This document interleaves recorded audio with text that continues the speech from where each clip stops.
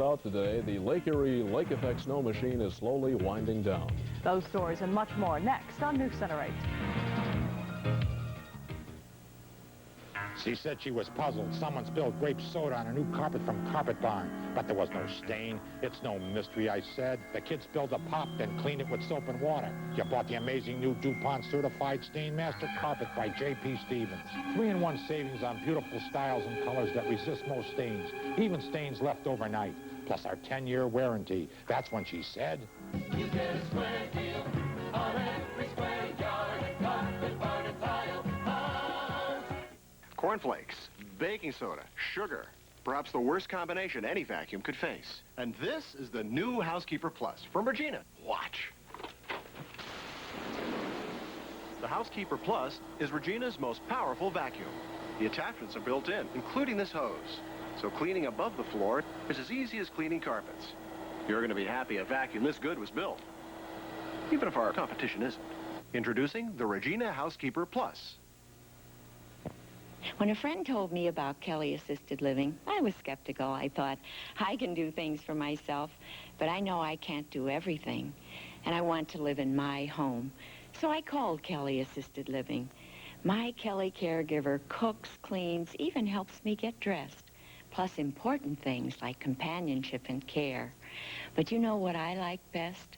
It's that I trust her. For companionship and care in your home, call Kelly Assisted Living. Newscenter 8 this morning, weekday mornings at 6 on TV 8.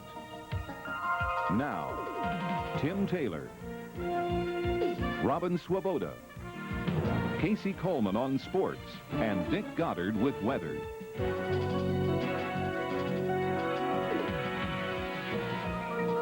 This is Newscenter 8. Good evening. Tim's off tonight. I'm Martin Savage. Thank you for joining us. Here's what's happening. If you get stopped for drunk driving in Cleveland, your chances of getting off the hook are pretty good. Records obtained by fact finder Tom Meyer show the Cleveland court system is the most lax in the state when prosecuting drunk drivers. More than 3,000 people in Cleveland have been arrested for drunk driving in each of the past 3 years. In some incidents, like this one, innocent victims have been killed. Well, you still drinking? No, ma'am, I'm not. Here in Cleveland Muni Court, a new enforcement program is aimed at bringing drunk drivers to justice. For several years now, records show drunk drivers typically have not answered to charges. Little, if anything, has been done about it up until now. We're talking about hundreds of thousands of dollars that slip through the system. But the real problem isn't collecting the money. People have to understand that when they commit an infraction, that they have to appear in court. Court records show that more than a third of the drunk driving cases in Cleveland were never prosecuted in 1986. Either the accused never showed up in court or the case file turned up missing. Files have been placed where they should not have been placed, and then when it came time for the hearing, we could not find it. There is plenty of paperwork on Clevelander Casimir Janis. He's been arrested 17 times for drunk driving. Records show the full jail sentence of 6 months was rarely imposed, and fines were typically waived. In the years 1985 and 86, Cleveland had the worst record of prosecuting drunk drivers of all major cities in Ohio. For example, only 1/10 of the cases are prosecuted on the original drunk driving charge. The charge is reduced in the majority of cases. I just think it's really deplorable. Sue Jarvella, president of the local chapter of Mothers Against Drunk Driving. People tell us it's because the courts are so very busy and that this speeds up cases. We don't feel this is an adequate response or reason.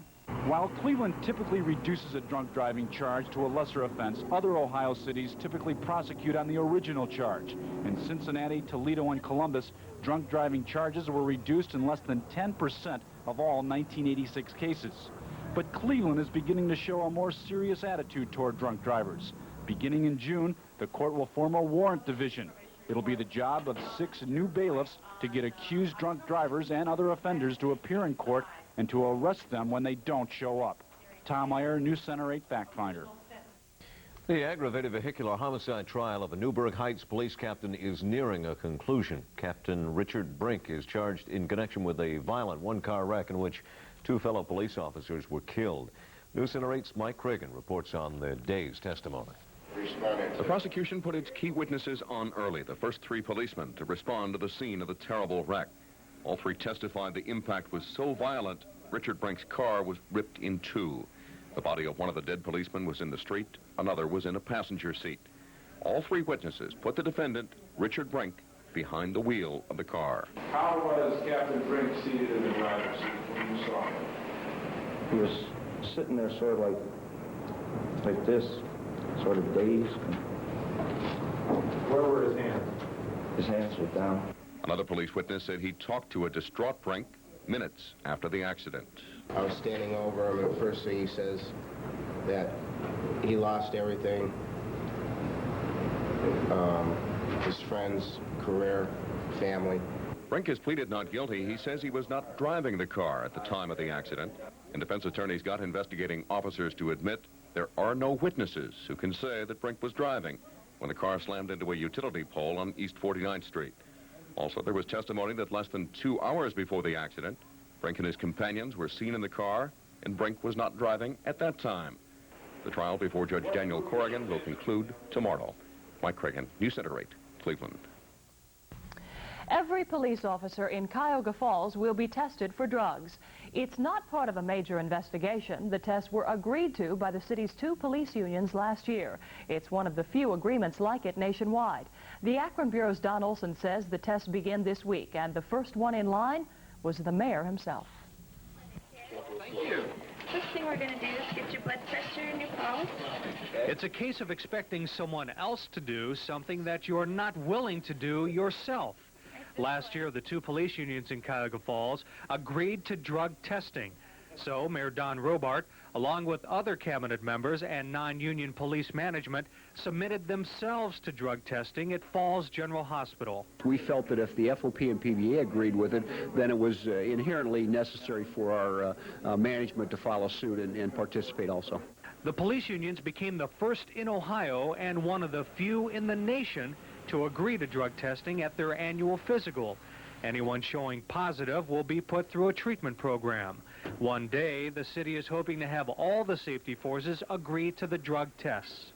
But the firefighters union doesn't feel the same way. They refused drug testing in their contract, stating it was an infringement on their privacy. But the mayor isn't worried. He says they'll eventually come around.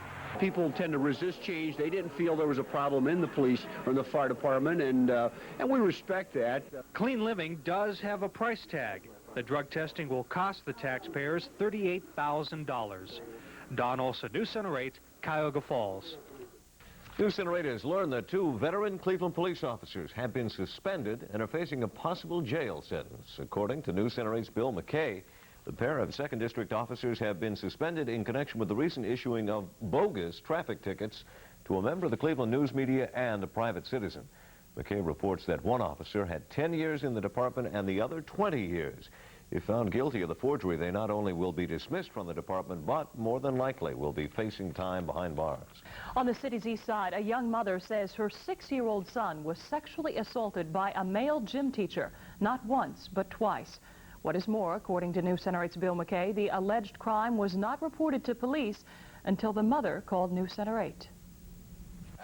Fearing reprisals, the mother tells her story in shadows created by our cameraman. He told me, "Mommy, I don't want to take gym no more because the gym teacher always trying to make passes at me." He pulled his pants down and he tried to pull my little boy's pants down. And he said he ran to the office. The gym teacher always trying to do things with me, pull his pants down, and when the other teachers come around, he tells the teachers that he's been bad, and that's why he have to stay back there by himself with the gym teacher. The mother told me she learned of this last Thursday. The next morning, Friday, she took her boy to school and reported the alleged attack to the school principal.